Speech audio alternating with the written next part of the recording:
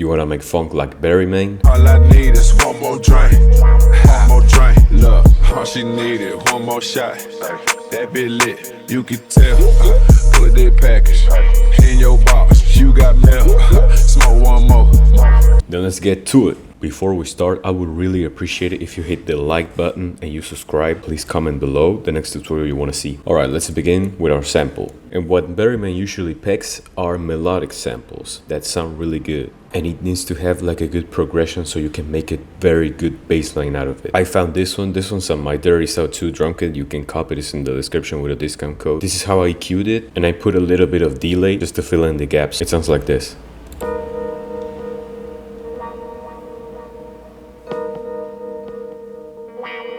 Most of BERRYMANE's songs are usually around 110 and 140 BPM. It's on the lower spectrum. And for the drums, I noticed something really good. Most of the times, he uses a rack kick. It's a very clean kick. We need to boost it and make a sidechain with it, and it sounds like this.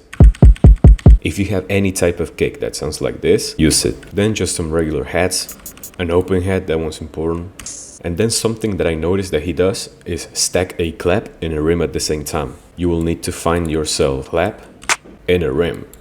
Then we need to add drum loops. Usually BERRYMANE doesn't use perks, but he uses perk loops because they're not the main source of detail. It's like low-key type shit. This is the type of drum loop that he uses. Just to add a little bit of brightness on top of the drums. And what I noticed as well is that he uses some DJ Screw type loops with some vocals embedded or something like that. I found this one right here.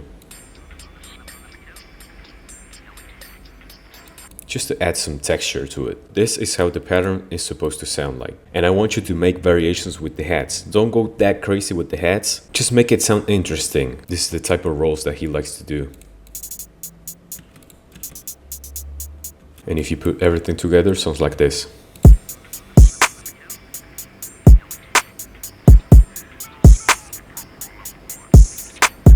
Sounds very punchy, right? Now for the 808, you need to make a bass line that follows the key of the sample. And something that I noticed is that he uses a lot of different 808s, but one that he likes using the most is the MC38 type 808, the one that has a lot of sub.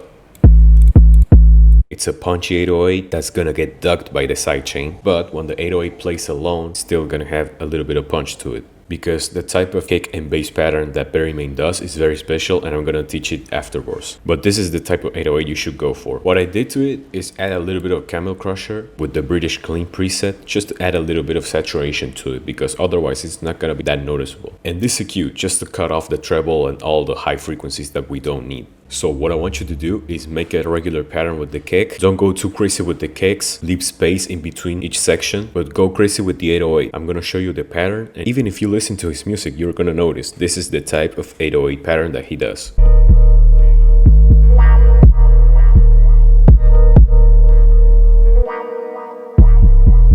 And I want you to make variations of it as well. The trick that BERRYMANE does is leaving some space and then doing a little roll at the end.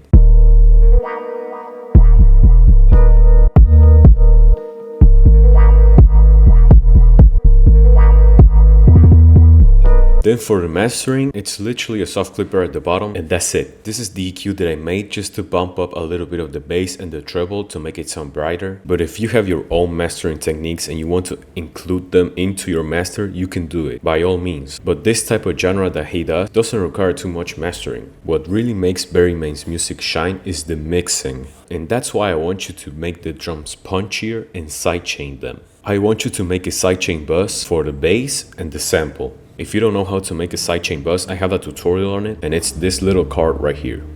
You can add effects as well. I like using transitions and the police crash. Then for the intro, you can use a random box. I use this one. More transitions. And then I want you to use some Memphis hook as a layer, not as the main acapella. Because what BERRYMANE does is use a little bit of Memphis acapellas as a layer, but then introduce the main acapella. I want you to add something like this.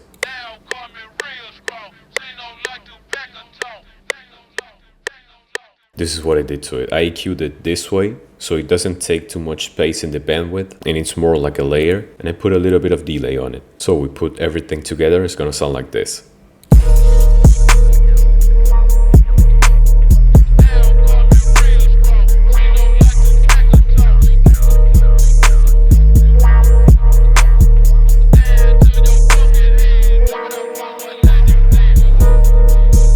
And right here is the perfect time to introduce the acapella. And the type of acapella that BERRYMANE chooses are trap acapellas. What he does is usually pick an acapella from a song that's usually faster and he slows it down. For example, this Juicy J acapella that I found is 136 BPM and the project is on 124, so it's gonna be slower. And what I did is put the mode on stretch and lower the pitch by 2 semitones. This is how I introduced it. All I need is one more drink, 2 more blunts, 3 more bitches, 4 more zips, 5 more minutes. All I need is one more drink, 1 more drink. All I need is one more drink, 1 more drink. Look, all she needed, 1 more shot. That bit lit, you can tell. Put that package. And now for the arrangement. What BERRYMANE usually does, make a very small intro. He doesn't like long intros from what I noticed. You can make a little stutter at the beginning. For example, 4 bars worth of intro. Then you have 8 bars worth of the song. 16 bars worth of an acapella. 8 bars to prepare the bridge, which is really important to have a bridge because what he likes to do is bridge 2 sections of the acapella with a halftime on the sample. Something like this. Roll it, girl, don't play. I'm right here, you gon' show. All I need is 1 more drink, 2 more blunts, 3 more. All I need is 1 more drink, 1 more drink. Damn, I missed the 90s. Yeah, shit was wild. We was living like rock stars, dropping mystic style. Ain't nobody else. After the 8 bars of the bridge, you have 16 bars of the second verse, and then just 8 bars of the outro. He doesn't make elaborate outros. Sometimes he literally cuts off the song very suddenly. But for this one, I just made a fade out and that's it.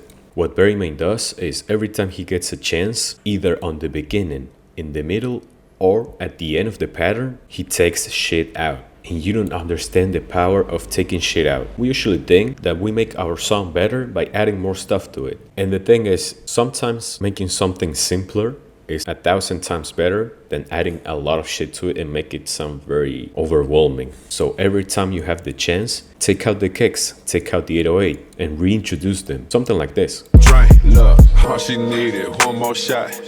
That bit lit, you can tell. Put that package. Every time you can get away with taking shit out, it's very good. I'm gonna draw it in MS Paint for you. So you have 2 songs right here, right? From beginning to end. You have one that goes like this, and you have one that goes like this. Which one's most interesting? Obviously, if you have a song always banging, it's gonna sound very overwhelming, and the listener won't have time to rest. What I want you to do is, you have the intro, right?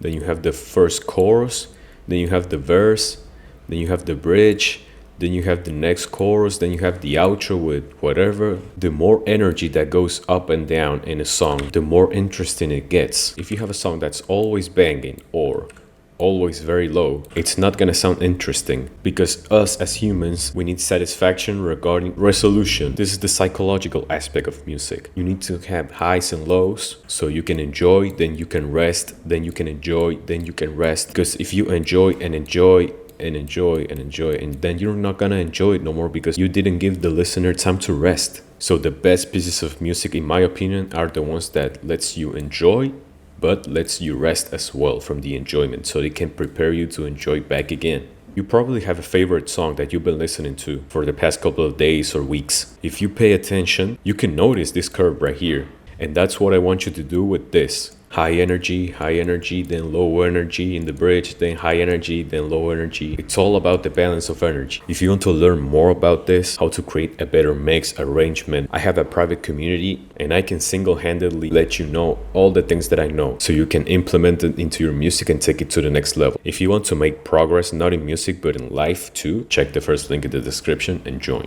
I hope you liked this tutorial. Please give it a thumbs up and comment, subscribe. So yeah, this has been Shinzo, guys. Later.